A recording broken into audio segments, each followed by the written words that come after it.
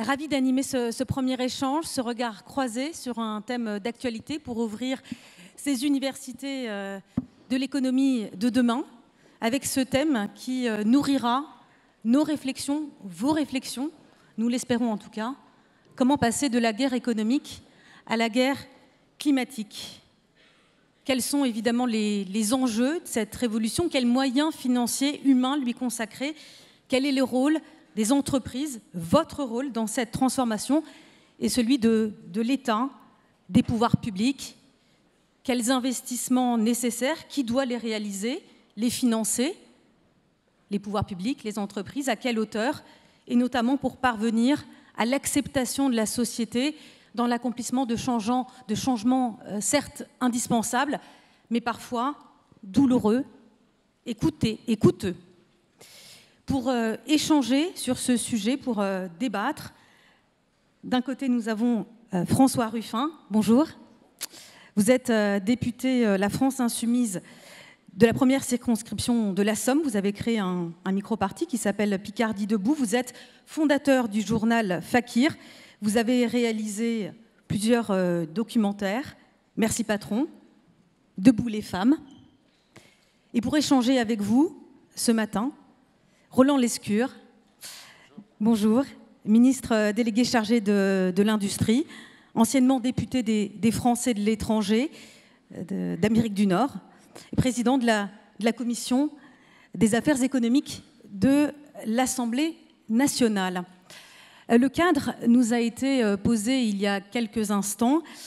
Essayons de voir d'abord dans quel environnement on passe de cette guerre économique à une guerre climatique. Est-ce qu'il faut adopter, sortir en quelque sorte de cette économie de marché que nous connaissons tous, pour adopter une stratégie de repli sur soi? Alors synonyme, certains diront de souveraineté, d'autres de protectionnisme. On a vu les exemples que nous ont donnés récemment, d'un côté la Chine et de l'autre les États-Unis, avec une stratégie de repli sur soi extrêmement dynamique, extrêmement féroce. On voit les États-Unis qui mettent sur la table des centaines de milliards de dollars pour conserver leurs entreprises et pour favoriser le développement de l'économie sur leur sol. Est-ce qu'il faut adopter en France et en Europe une stratégie similaire? Qui veut répondre à cette première question tout d'abord? Merci. Bonjour à tous et à toutes. Je voudrais vraiment sincèrement remercier Pascal et Julia qui nous ont invités, et aussi, ils l'ont dit, Jean et Eva qui les ont précédés. Moi, j'ai été à ma première université d'été ici en 2019. On travaillait sur la loi Pacte, et j'avais fait un débat ici où je m'étais fait un peu bousculer en disant la loi Pacte, ça va servir à pas grand-chose. D'ailleurs, je pense que François ne l'a pas voté, peut-être pour d'autres raisons. Il y reviendra. 4 ans plus tard, je pense qu'on peut quand même dire qu'on a progressé. Il y a aujourd'hui 1000 entreprises à mission en France. On a changé la définition, ça a été dit par Pascal, de ce qu'une entreprise doit être dans le Code civil. Elle doit évidemment à la fois bénéficier, je dirais, à l'intérêt de ses parties prenantes, ses actionnaires pour simplifier, mais aussi préserver la planète. Donc on a fait des progrès depuis 5-6 ans. Il faut qu'on change de braquet, il faut qu'on change de braquet en France, il faut qu'on change de braquet dans le monde, alors qu'on fait face, et on y reviendra peut-être un peu plus tard, mais je ne suis pas sûr que j'adhère complètement au vocabulaire d'économie de guerre, et surtout aujourd'hui, où je pense qu'on doit plutôt rassembler les forces. On n'a pas un ennemi commun, on a un objectif commun qui est celui effectivement de préserver la planète. Il y a une vraie guerre latente aujourd'hui. C'est celle qui met en danger la démocratie libérale qui nous gouverne depuis à peu près 2 siècles et qui, je pense, est vraiment en danger.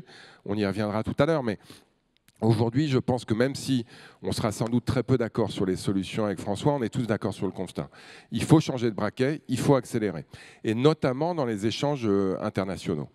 Moi, je suis évidemment extrêmement méfiant des termes et surtout des règles protectionnistes, parce que, comme j'aime à dire, une porte, quand on la ferme, ça se ferme dans les 2 sens. Donc si on s'interdit d'importer des produits qui viennent de l'étranger parce qu'ils sont produits dans des conditions environnementales dégradées, parce que c'est ça souvent qu'on met en avant, bah évidemment, les pays en question nous diront « vous êtes gentils, mais vous gardez vos TGV, vos avions et vos vins et spiritueux et autres produits alimentaires qu'on exporte ». Donc la solution par nature est plus compliquée que ça. Il faut pouvoir mettre en place des rapports de force dans les traités de libre-échange. Il faut pouvoir mettre en place des outils originaux comme la taxation des émissions carbone aux frontières. Ça, je suis convaincu qu'on ne peut le faire qu'au niveau européen. Et je peux vous dire que du coup, ça complique l'histoire parce qu'il faut être 27 autour de la table pour se mettre d'accord pour des instruments de ce type. Mais aujourd'hui, l'Europe, c'est la zone dans le monde qui émet le moins par habitant. La France, évidemment, est un des pays qui émet le moins au sein de cette zone. Il faut garder notre capacité à le faire en européen. Donc ça veut dire quoi? Ça veut dire que c'est extrêmement frustrant parce qu'on met souvent beaucoup de temps à avancer, mais que je pense que c'est aussi plus puissant. Quand l'Europe décide de sortir du moteur thermique à horizon 2035, ça crée un effet d'entraînement très important sur toute l'industrie automobile, qui se dit, là, j'ai plus le choix. Il faut que j'organise la transition. Donc le protectionnisme, je m'en méfie. L'adaptation des règles du commerce international au changement climatique, j'en suis convaincu. Mais dernier point très important, fin du monde, fin du mois, il faut que ça ne se fasse pas au détriment des populations qui vont être les premières concernées, y compris dans l'emploi. L'industrie automobile, c'est des milliers d'emplois aujourd'hui. Il faut qu'on s'assure que ceux qui construisaient des moteurs thermiques puissent faire autre chose d'ici 2035. François Ruffin, vous êtes d'accord avec ce que vient de dire Roland Lescure? Ça se passe au niveau européen. J'en doute. Et finalement, le tempo est plutôt le bon, la taxe carbone aux frontières, c'est parfait ce qu'il faut mettre dans le en mur, place. là, au rythme où on va. Ça a été dit en introduction. D'abord, remercier les puissances invitantes et remercier tous les petites mains, parce que moi, je sais que quand il y a une table qui est posée sur la scène, quand il y a des lumières et tout ça, c'est qu'il y a du boulot qui a été fait par des tas de gens en amont et souvent pendant des semaines, et il y a des gens qui ont consacré leurs vacances à faire ça. Donc, un grand merci à eux. Comme Julia Ford de Loom était sur la scène tout à l'heure, je repartirai d'une tribune qu'elle avait publiée avec 150 autres responsables de l'industrie textile et qui disait « Nous, marque textile, demandons à être mieux régulés ». Et ensuite, il disait « Contre le changement climatique, nos efforts sont sans effet si toutes les autres marques qui vendent des vêtements en France ne s'impliquent pas à la même hauteur. Pire encore, nos engagements nous désavantagent. Aujourd'hui, plus une entreprise pollue, moins sa production lui coûte cher et plus elle est compétitive. C'est indéniable, il y a aujourd'hui un avantage économique à produire de manière irresponsable, une prime au vice que nous dénonçons. Il est évident que l'économie de marché aujourd'hui, c'est le vice récompensé et la vertu punie. Ça n'est pas un effet de hasard, c'est règle du jeu. C'est un fonctionnement qui a été voulu, qui a été décidé. Je cite souvent un économiste ultralibéral américain qui s'appelle Gary Becker, qui a reçu le prix de la Banque de Suède d'économie, et qui, en 1993, disait « Le droit du travail et la protection de l'environnement sont devenus excessifs dans la plupart des pays développés. Le libre-échange va réprimer certains des excès en obligeant chacun à rester compétitif face aux importations des pays en voie de développement. » C'est-à-dire qu'il y avait une grande conscience chez les dirigeants économiques de l'époque, on est dans un moment clé là, puisque 92 c'est le traité de Maastricht, 94 c'est le Ground, et là c'est l'accord de libre-échange nord-américain entre le Canada, le Mexique et les États-Unis. Il y a une grande conscience des avantages qu'ils vont pouvoir en tirer. Ce n'est pas l'harmonie entre les peuples, la paix pour tous, et ainsi de suite. C'est faire baisser à la fois le droit du travail, le droit de l'environnement. Je pense qu'il pourrait rajouter le droit fiscal. Et en fait, le libre-échange vient même miner la démocratie, puisqu'on est dans un chantage permanent avec « si vous relevez vos normes sociales, fiscales, environnementales, on va partir ». Donc il y a à se protéger de ça. Il n'y a pas à s'en protéger par de l'autarcie, mais il y a à s'en protéger par des règles qu'on fixe sur un certain nombre de produits qu'on identifie comme étant stratégiques. Je vais donner un exemple. Le symbole de la crise Covid, pour moi, ça a été le masque. Et le gouvernement, à l'époque, Emmanuel Macron, a décidé de mettre des dizaines de millions, voire des centaines de millions pour créer des industries du masque en France, et je pense que c'était bien. Il avait ciblé quelque chose, il voulait quelque chose là-dessus. Donc il y a eu 16 usines qui ont surgi. Je reçois un papier du président des entreprises de masques français qui me dit, voilà, on est en train de mettre les unes après les autres la clé sous la porte. Si vous venez me visiter. Je vais à Frontignan, où là où se trouvait sa boîte, et j'entre dans l'usine, et le contremaître me dit, bon, allez, on va faire tourner la boîte une demi-heure pour vous, mais normalement, nos chaînes, elles ne tournent pas. Et pourtant, tout venait de France. Ça venait de Tonéon-les-Bains, ça venait d'Alsace, le fil de fer, et ainsi de suite. Tout venait de France. Pourquoi? Parce que toute la commande publique faisait du masque chinois et 99% du marché, c'était du masque chinois. Donc si jamais on veut retrouver notre souveraineté sur un certain nombre de produits, je ne dis pas sur les 10 000 lignes tarifaires de l'OMC, mais si on veut identifier un certain nombre de filières qui nous paraissent clés, il y a la nécessité de protéger. Si on veut réguler sur le plan environnemental, il y a la nécessité de tempérer ce libre-échange. Maintenant, au-delà de ça, là, en fait, je ne veux pas qu'on soit dans la polémique ce matin, mais sur ce qui nous sépare vraiment. Je pense que ce qui nous sépare vraiment, c'est la place de la concurrence et c'est la place du marché.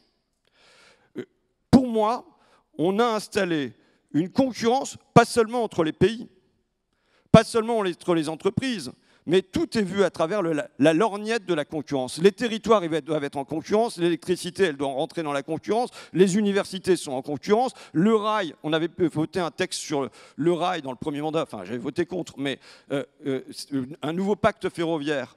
Le rail qui doit être l'instrument clé de la transition sur les déplacements dans notre pays. Il y avait 87 fois le mot concurrence, il y avait 0 fois le mot réchauffement, 0 fois le mot climat, 0 fois le mot biodiversité. Et donc je pense que c'est comment on fait pour sortir de cette concurrence de tous contre tous. Vous dites qu'il nous faut une économie de paix. C'est une économie de paix sociale aussi. Or, tout le monde, les individus, vivent comme étant dans un état de guerre, en tout cas dans un état d'inquiétude, dans un état d'être miné par quelque chose. Il faut comment on fait pour apaiser la société.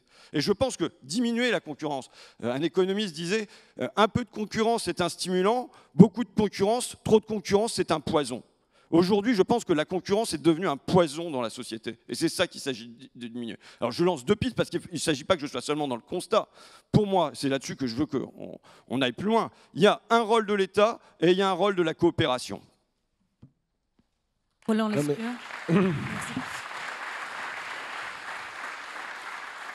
Et juste avant de vous donner la parole, je voulais juste préciser qu'on consacrera la fin de ce débat aux questions.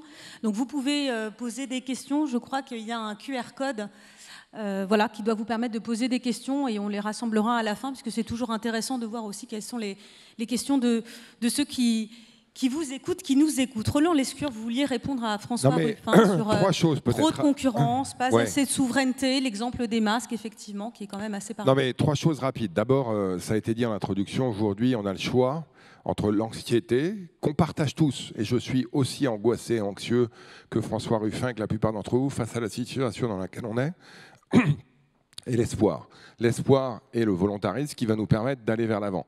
Moi, j'ai changé de vie il y a 6 ans et je suis devenu député, puis maintenant ministre, exactement pour ça. Je me suis dit, tu ne peux pas rester sur le côté, regarder le monde aller dans le mur et ne pas t'impliquer. Et je pense que François a sans doute fait le même mouvement, Dominique Potier qui est là dans la salle aussi et quelques autres. 2, Gary Becker, je pense que s'il voyait la France aujourd'hui, il le décrirait plutôt comme l'enfer de l'économiste néolibéral qu'il est, plutôt que le paradis. C'est-à-dire que on a évidemment une économie de marché en France, elle est extrêmement régulée et c'est tant mieux. On a un modèle social porté par la puissance publique et c'est tant mieux. On a l'État qui dépense le plus en fonction de la richesse nationale au monde et l'État qui taxe le plus en fonction de la richesse nationale au monde et c'est tant mieux. Donc on n'est pas dans l'univers néolibéral rêvé par Gary Becker ou Milton Friedman. On est dans une économie sociale et j'aimerais ajouter et environnementale de marché sur laquelle, j'ai peur de le dire comme ça, mais c'est Churchill qui disait la démocratie c'est le pire de tous les systèmes à l'exception de tous les autres. Ben oui, l'économie de marché c'est sans doute le pire des systèmes à l'exception de tous les autres parce qu'à ce stade, on fait de la planification écologique, j'espère qu'on y reviendra. On a un modèle social extrêmement puissant. Il a ses défauts, mais c'est sans doute un des meilleurs au monde. Et tout ça, c'est financé par quoi ? Par les entreprises, par la création de richesses et par notre capacité collective à créer de l'emploi partout.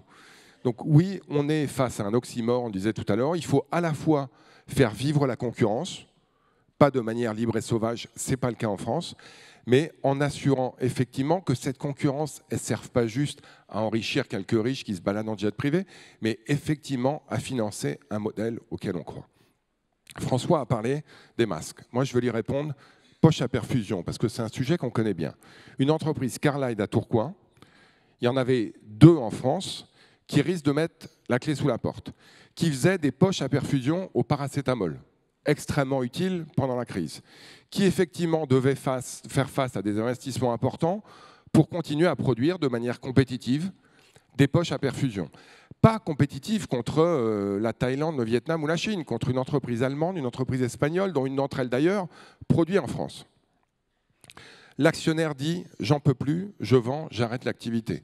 François Ruffin m'engueule, c'est son rôle, en disant il faut nationaliser, il faut assurer des achats publics exclusifs vis-à-vis de Carlyle, tu l'as dit, mais peu importe, et il faut mettre en place des mesures protectionnistes pour qu'on achète des poches à perfusion françaises. Le ministre de l'Industrie dit quoi? Il dit oui, effectivement, on a besoin de sauver cette boîte. Pourquoi? Parce qu'il travaille avec les hôpitaux publics qui disent si cette boîte ferme, on va se retrouver avec 2 producteurs. Et la concurrence sera réduite. Et on va devoir payer nos poches à perfusion à terme plus cher. On a besoin d'un 3e acteur, et vous savez quoi? On est prêt à payer un peu plus cher pendant quelques années pour soutenir ça. On a cherché un repreneur. On y a mis des semaines. On a passé des dizaines d'appels. On a essayé de convaincre des gens de venir voir le site. On a rencontré, comme toi, les ouvriers, les employés extrêmement attachés à leur entreprise, qui disaient « nous, on veut continuer à travailler à Tourcoing et faire des poches à perfusion ». On en a trouvé un entrepreneur pharmaceutique français de Lyon, qui met 45 millions d'euros, on va l'aider, l'État va l'aider, on va redévelopper cette boîte. L'entrepreneur en question, Sébastien Guettan, je peux vous dire, je ne sais pas si c'est ce que tu penses, mais en tout cas Jean-Luc Mélenchon, dans sa campagne, il disait « au-dessus du million, je prends tout ». Ce n'est pas un héros de Jean-Luc Mélenchon. C'est un entrepreneur qui investit dans la pharmacie depuis des années, qui gagne sans doute très bien sa vie, qui fait face à une concurrence accrue et qui aujourd'hui est prêt à s'investir dans une entreprise. Il l'a fait, on a sauvé la boîte. Donc c'est vrai qu'entre, excuse-moi, aller sur un parking, interroger des délégués syndicats, me donner des leçons et me dire il suffit de nationaliser et de faire des achats publics exclusivement français ou passer des heures, des semaines, des jours à trouver des repreneurs qui sont, oui, des capitalistes, mais qui sont les capitalistes qui ont envie de s'investir dans leur pays, qui sont prêts à condition que nous, on fasse notre part du boulot, y compris sur les achats publics. Donc on se retrouvera sur le fait qu'il vaut mieux acheter français qu'acheter un truc qui vient du bout du monde. Mais tout ça dans des règles qui doivent être les mêmes pour tous et qui ne peuvent pas être franco-françaises. La règle des achats publics, que ça vous plaise ou pas, elle est européenne. Parce qu'aujourd'hui, effectivement, quand on achète des poches à perfusion allemandes, il n'y a pas de raison qu'on dise les Allemands, vous êtes bien gentils, vous les gardez, nous on va acheter exclusivement français. Parce que si ça se passe, évidemment, les Allemands vont nous dire, vous êtes bien gentils, mais vos poches à perfusion françaises, vous les gardez. Ce que je veux dire par là, c'est que c'est plus compliqué, effectivement, d'agir comme ça, que simplement de dire on ferme nos frontières, on va acheter français, on nationalise et tout ira bien. Mais oui, on est prêt à le faire. Et on est prêt à le faire, y compris en changeant les règles.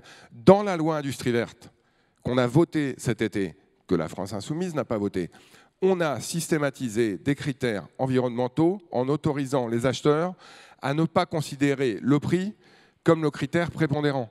Donc Pascal, oui, on avance là-dessus.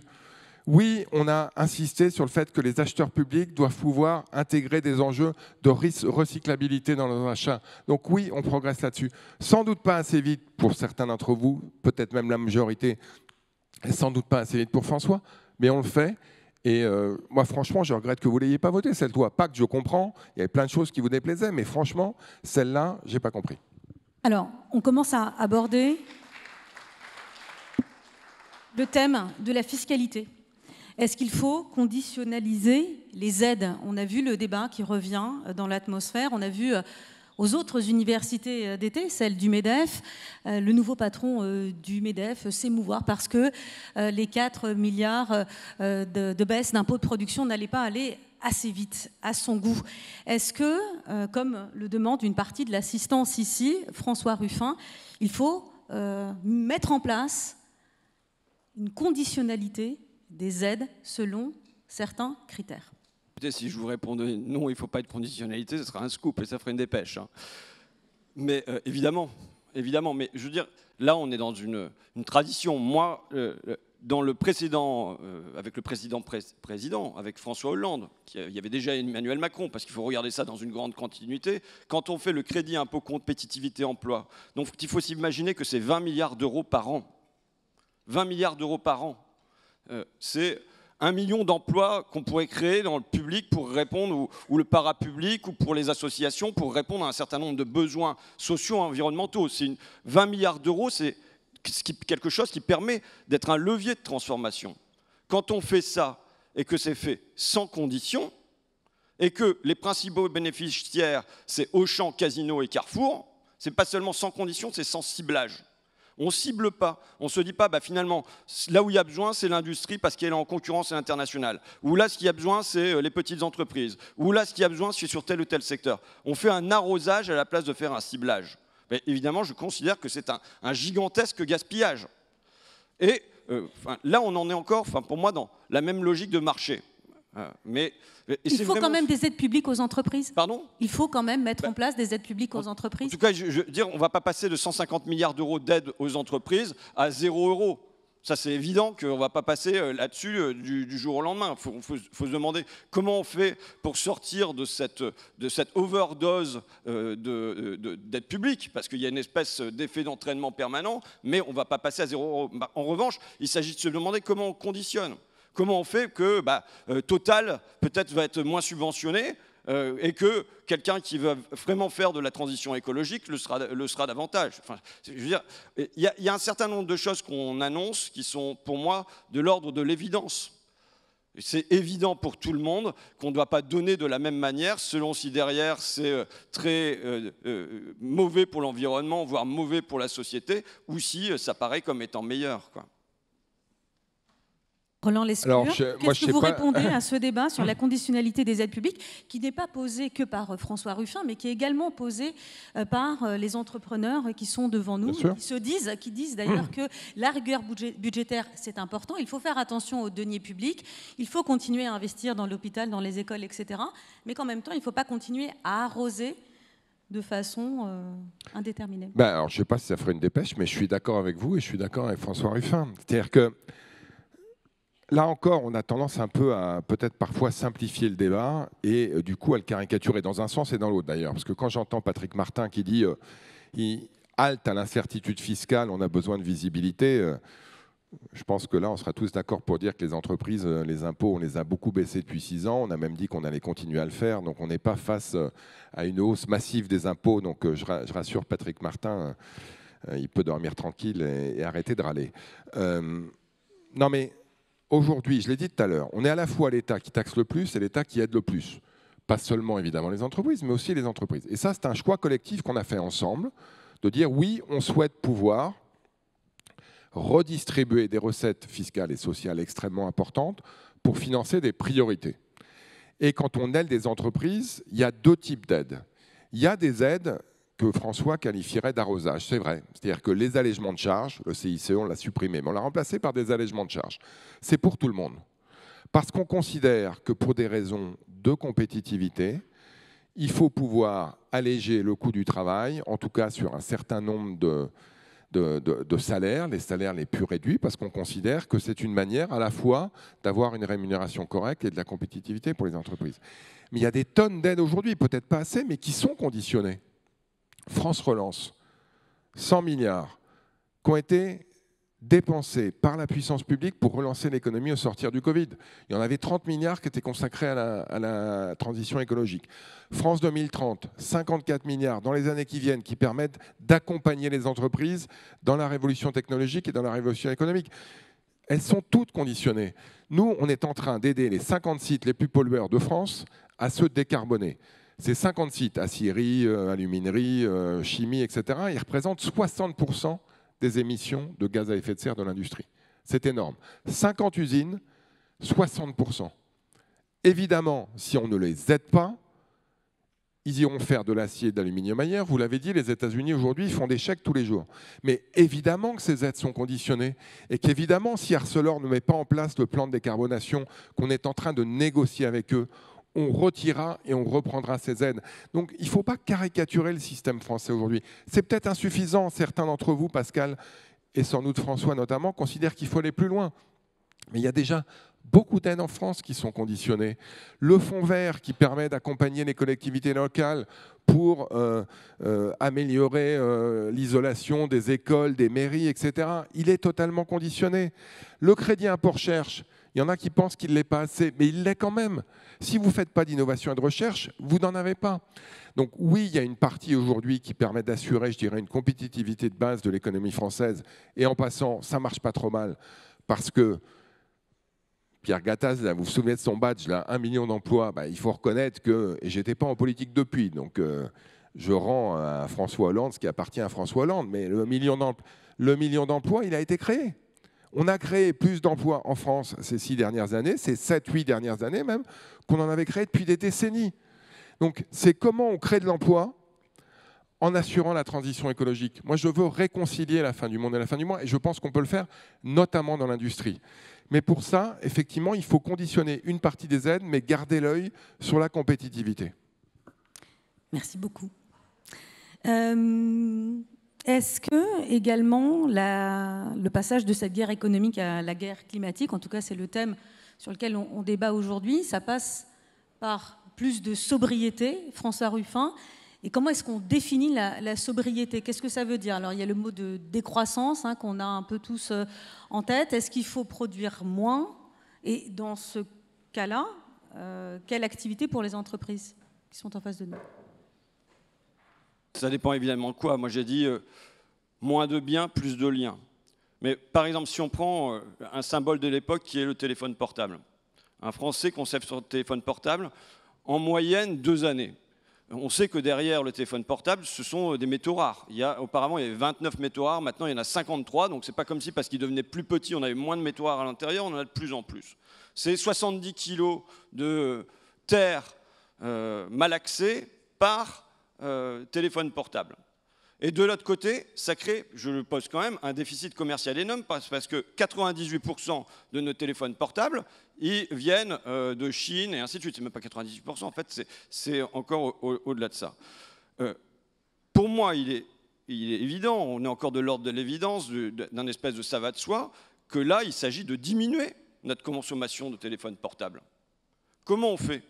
Comment on fait pour diminuer ça? Je pense que la première chose qu'on doit faire, c'est qu'on doit interdire ou nettement diminuer la publicité pour le téléphone portable, qui fait qu'il y a une forme d'obsolescence psychologique qui s'installe, qui fait que on se dit, voilà, il faut que je sois à la mode, que je prenne le nouveau modèle, et ainsi de suite. Ensuite, il faut peut-être une régulation sur comment on demande aux gens de ne pas le changer plus souvent que tous les 2, 3, 4 ans. Et surtout, et c'est là qu'à mon avis intervient le plus la puissance publique, pour moi, il faut un atelier de réparation par quartier ou par canton. Et ça, ce besoin public-là, il ne va pas être rempli par le marché. Il y a la nécessité que les associations se mettent à l'intérieur, mais avec une puissance publique qui vient dire on fixe cet objectif-là et on veut faire ensemble.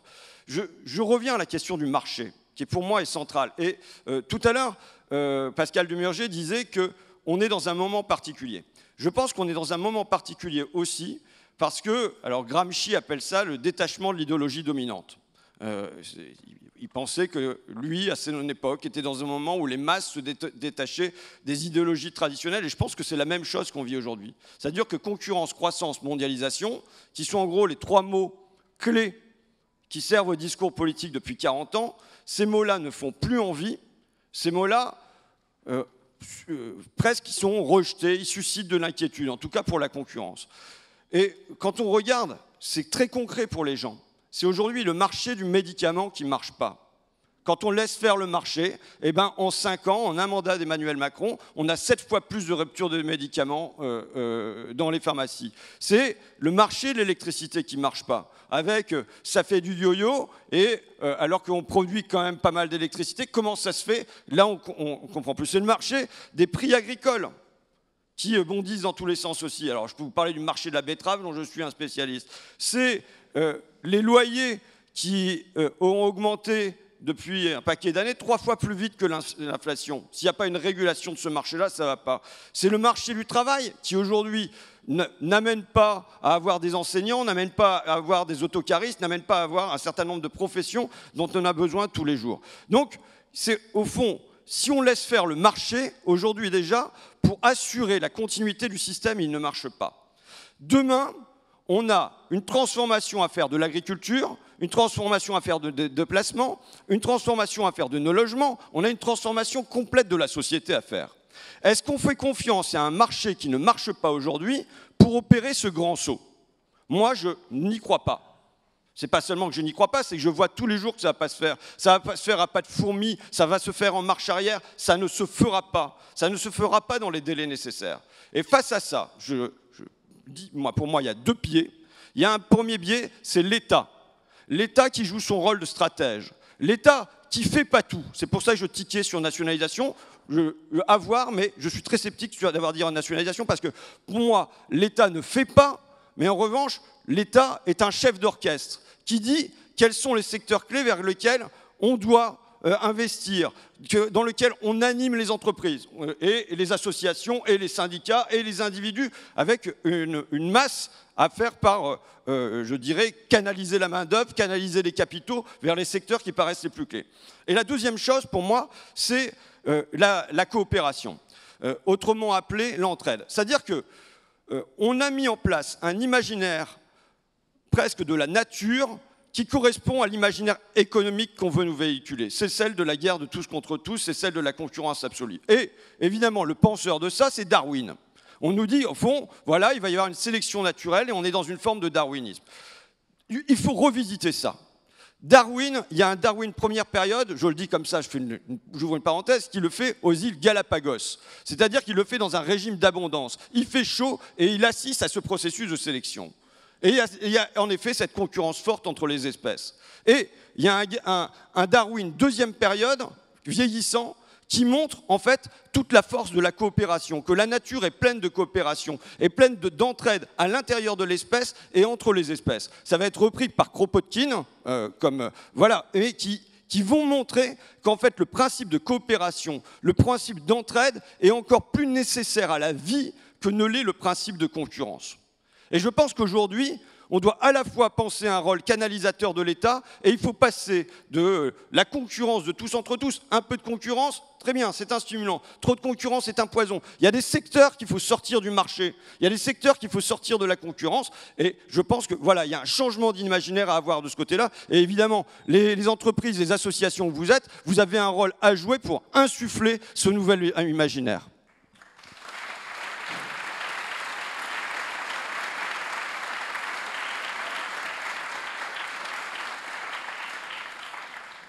Vous voulez répondre en 2 secondes? Rapidement, Après, on va passer aux questions. Depuis l'entrée de la Chine dans l'OMC, on a sorti 1 milliard de gens de la pauvreté dans le monde.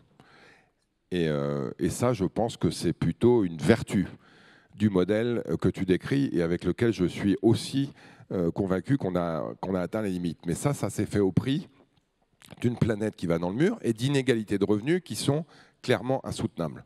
Donc la question, c'est comment on garde le bébé, le milliard de gens qui sortent de la pauvreté, et il y a encore des centaines de millions d'hommes et de femmes dans le monde qui frappent à la porte de la prospérité, qui veulent un téléphone portable et qui n'ont pas spécialement envie que François Ruffin leur dise « tu vas le changer tous les 3 ans plutôt que tous les 2 ou tous les 1 », tout en préservant la planète et en assurant la soutenabilité du modèle. Et là, je suis d'accord avec François Ruffin, l'État a un rôle important à jouer. Nous, on a mis en place, le président de la République a mis en place un dispositif de planification écologique. On est les premiers à le faire au monde. On est à la fin du processus qui a commencé il y a 8 mois, qui fait que chaque ministre qui, en gros, émet, doit proposer un plan de décarbonation détaillé pour les transports, pour l'industrie, pour l'énergie, pour le logement, pour l'agriculture. Moi, je l'ai fait. Et les 50 sites dont je parlais tout à l'heure, tous les autres, évidemment, qui produisent 40% des émissions, avec des plans de décarbonation extrêmement détaillés, avec surtout, c'est important, combien je vais avoir besoin d'électricité décarbonée pour décarboner l'industrie. Et tout ça, ça va être publié, je pense, présenté par le président ou la première ministre dans les semaines qui viennent. Ça permet de montrer que la France sait où elle va et qu'elle souhaite effectivement accélérer la décarbonation pour être en phase avec les objectifs qu'on s'est donnés au niveau européen, tout en préservant l'emploi et oui, la prospérité. L'industrie aujourd'hui, je pense que c'est à la fois une arme anti-Front National, on y reviendra peut-être, mais aussi la bonne manière de décarboner tout en créant de l'emploi. Parce qu'on rapatrie en France des productions qu'on n'avait pas. On ne va pas rapatrier des téléphones portables, mais des bagnoles, des batteries électriques, oui. Et qu'est-ce qu'on fait dans ces batteries électriques? Tu parlais des métaux rares, des matériaux précieux. On augmente le pourcentage de matériaux recyclés de manière à ce qu'on puisse effectivement, quand les batteries arriveront en bout de course, recycler ces matériaux plutôt que d'aller les chercher au bout du monde. Donc de manière très concrète, on est en train de le faire. Peut-être pas assez vite. Je peux vous dire que pour avoir un accord à 27, pour avoir un règlement européen qui dit qu'il y aura au moins 30 puis 50% de matériaux recyclés dans les batteries européennes, ben c'est beaucoup de boulot. Donc je voudrais juste, anxiété, espoir, vous dire qu'il y a de l'espoir et qu'aujourd'hui, le gouvernement, il est volontariste là-dessus, et pas seulement le ministre de l'écologie, mais l'ensemble des ministres, parce qu'on est convaincus qu'il faut y aller. Et ceux qui sont convaincus aussi, évidemment, c'est les chefs d'entreprise qui sont dans cette salle, mais c'est les autres. Parce que même le patron de Total, d'LVMH, d'Arcelor, ils sont convaincus, ils ont conscience qu'il faut y aller. Donc vraiment, moi je pense que il y a eu un shift, tu l'as dit, il y a eu un changement et qu'aujourd'hui, tout le monde est prêt à y aller. Donc le rôle de l'État, c'est d'accompagner tout ça, de donner une direction, de financer. Ce n'est pas de dire aux gens ce qu'ils doivent faire, c'est plutôt de les accompagner dans ce qu'ils vont faire. Est-ce qu'on a le temps de regarder quelques questions? Enfin, quelques questions, peut-être une question pour chacun. Est-ce que c'est possible de les avoir? Non?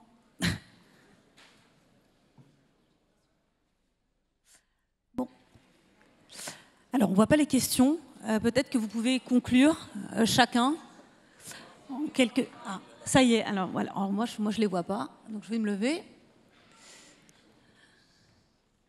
Alors, selon vous, on va poser cette question-là parce qu'on n'a pas parlé du partage de la valeur. Et si vous pouvez répondre chacun rapidement.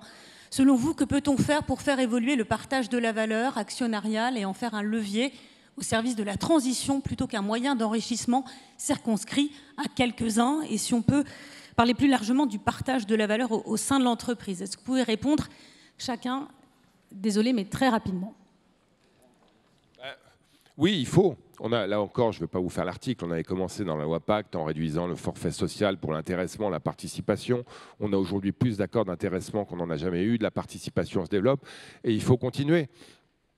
Moi, j'entends les revendications sur les salaires. C'est vrai que quand même, la base de la rémunération, c'est le salaire, c'est le pouvoir d'achat au quotidien. Mais aujourd'hui, on a une palette d'outils. Il faut que les entreprises s'en saisissent davantage. Il faut notamment qu'on aide les petites. Parce qu'en fait, les grandes entreprises, il y a déjà beaucoup de partage de la valeur.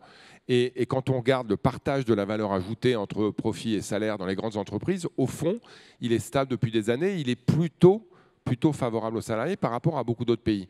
Le vrai sujet, c'est les petites, les moyennes entreprises sur lesquelles on a besoin d'accélérer les mécanismes de partage de la valeur.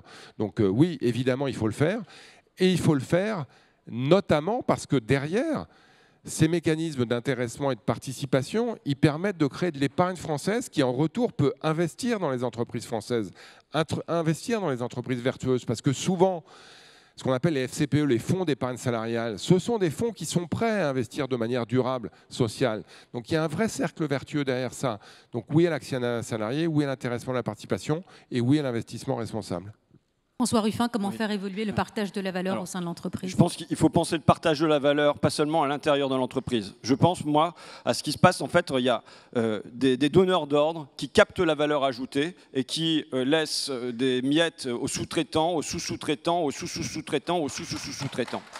Et c'est comment on fait pour que la femme de ménage qui est en temps partiel contraint du sous-sous-sous-sous-traitant, elle touche quelque chose. Bon, ben là, je pense qu'il y a encore un rôle de régulation de l'État, y compris sur les temps de travail, mais je ne veux pas qu'on y pense que... Donc, pour moi, il y a des réformes à mener dans l'entreprise. En gros, il y a quelque chose qu'on doit porter, c'est comment on fait entrer la démocratie dans l'entreprise. Que dans l'intérieur de vos entreprises, c'est déjà largement fait, mais comment on fait ça, entrer ça dans l'entreprise normale, au sommet, c'est-à-dire dans des conseils d'administration où il y a des salariés, mais où il y a pour moi aussi des associations environnementales, des associations de consommateurs, des élus locaux, qui permettent de représenter la diversité des intérêts et pas seulement l'intérêt de l'actionnaire à la tête de l'entreprise, mais comment on fait aussi entrer de la démocratie dans l'entreprise à la base, avec des groupes de parole, avec des moments de discussion, avec tout ça. Aujourd'hui, le mal-être au travail, travailler mieux, ça doit être notre objectif central pour les classes populaires de ce pays. Et je pense que travailler mieux, ça passe par une réappropriation de son travail et pas seulement le subir. Et le biais pour moi est de faire entrer de la discussion, de la parole, de l'échange, qui fait que les gens ne soient pas seulement un outil au service d'autre chose, mais qui se réapproprient davantage leur travail. Souvent les gens disent « on aime notre travail, on n'aime pas la manière dont on nous fait faire notre travail ». Merci beaucoup à tous les deux pour ce débat enrichissant qui, j'espère, nourrira vos réflexions tout au cours de cette journée. Roland Lescure, François Ruffin, merci beaucoup. Merci à tous.